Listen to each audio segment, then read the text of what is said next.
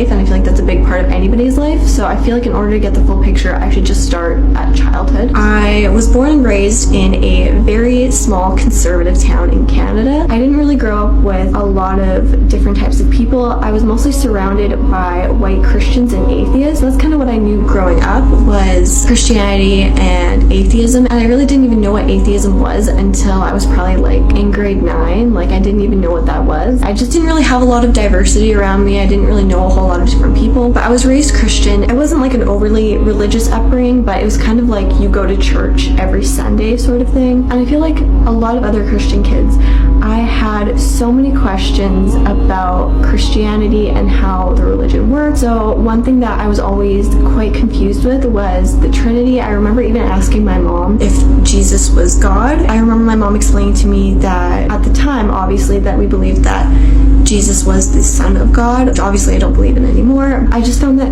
quite confusing. And I want to clarify that I mean no disrespect to anybody. You can believe what you want to believe in. That's perfectly fine. I'm not judging anybody for that. I'm not criticizing anybody for that. You can believe in what you want to believe in, and I respect your decision. But personally for me, like growing up, I just had a lot of questions about Christianity, and it just wasn't, I guess it just wasn't for me. And then I also went through confirmation when I think I was like 13 or 14. That's basically where you like reaffirm your faith. You go to classes like once a week, and you basically relearn Christianity, kind of get like baptized again. So I went through that, and one thing that really stuck out to me through confirmation was that one of my confirmation teachers actually was very honest with us and said that there are parts of the Bible that are false, and we don't know what parts that is, because she kind of explained that it was like a game of telephone where it was passed down for many, many years before it was written down. There wasn't really much preservation, so that's just what I was told. Honestly, I was very grateful for the honesty. And now when I reached the point of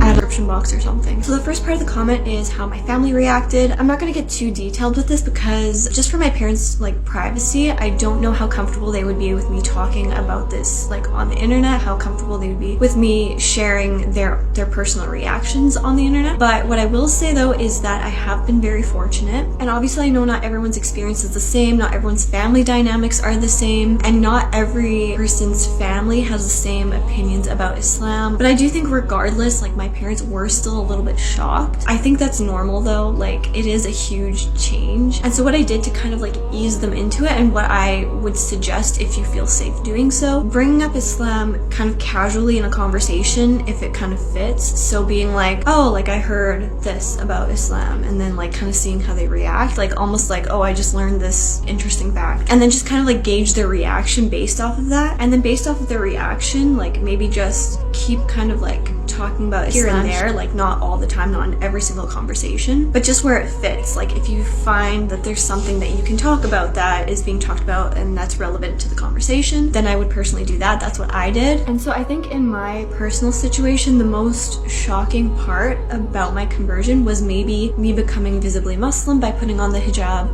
I think maybe seeing me as visibly Muslim may have been shocking, and maybe would have been something that would be hard to get used to. And so when you first start, I don't really think that the hijab should be a main priority. I think you should focus on gaining knowledge and maybe working on other types of worship, so like prayer, fasting, that sort of stuff, because I think that really is important for building a foundation for your faith.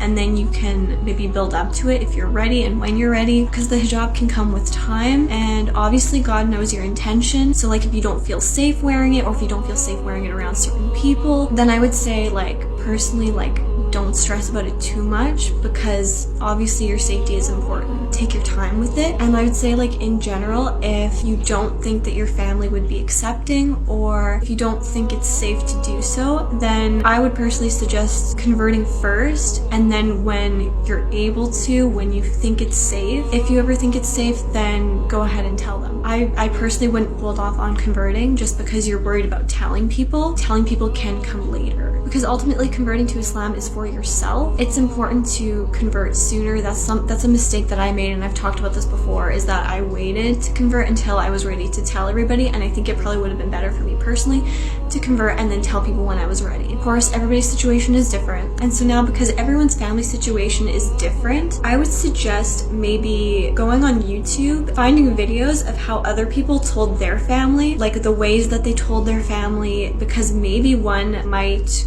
work for you, or you think it might be a good way of telling your family, and they might have better tips than like I do, because maybe their family is less open-minded and they know what would work better, or maybe they have suggestions or things that they wish they would have done differently.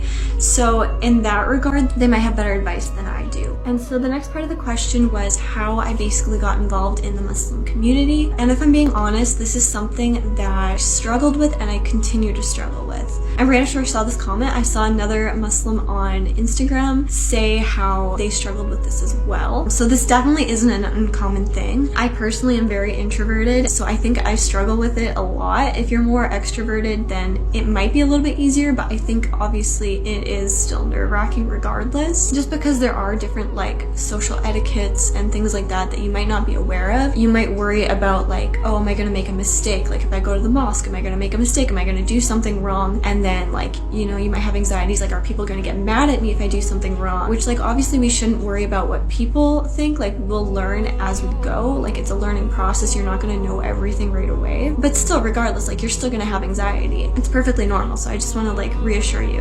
And so I think the way that most reverts become a part of the Muslim community is by going out of their comfort zone and going to the mosque. Obviously not everybody has a mosque near them, but this is just one option, obviously. Personally, I've only been to the mosque like twice. So once was when I was first learning about Islam before I married my husband, and then the second time was when I got married in the mosque. Every time that I went, I was actually treated with like a lot of kindness. Nobody was really like rude to me or anything like that, because everybody knew that I was just learning. I actually didn't even have a hijab at the time. I didn't know where to find hijabs, so I was very lost. I definitely looked very out of place, but everybody was still very kind and very understanding of that, and nobody like pointed that out or shamed me for that in any way. So that's what I'm very thankful for, honestly, because I think most people are very understanding. You might have the odd person that, you know, might not be as understanding, that you're new and you don't know everything yet, but I think for the most part people are very understanding. And one thing that I would suggest, because I mentioned in my revert story, like in like 2 videos ago I guess, that I went to a class initially. The first time I went to the mosque, I showed up to what was supposed to be a class for new reverts, and so I would suggest checking mosque websites or Facebook pages, because a lot of them have those and they might list certain classes that they have for new reverts. Maybe you can go at a time when they have that, because if you do that, everybody there is kind of in the same boat as you and everybody's kind of dealt with similar experiences as you, so I think it's a little bit less judgmental, because they understand that like you're new, they've been there before, right? Even though I said that I haven't really been to the mosque since I have converted, I do plan on doing that. I have made plans about it before, but I ended up actually getting sick. I was really excited to go one day, and so I was kind of disappointed because I had finally worked up the courage to go to the mosque, and then I just ended up getting sick. But that's okay, because I can still go again some other time. I'm really hoping to go soon. I'm hoping I can work up the courage and go, because I don't have too much experience being involved with the Muslim community. Maybe other people might have suggestions, and if you have suggestions, please leave them in the comments. I know personally I've seen a lot of reverts connect with other on Muslim TikTok and other platforms like that. I don't know if I would necessarily recommend that though, because a lot of them will like post like Muslim discords or revert discords, and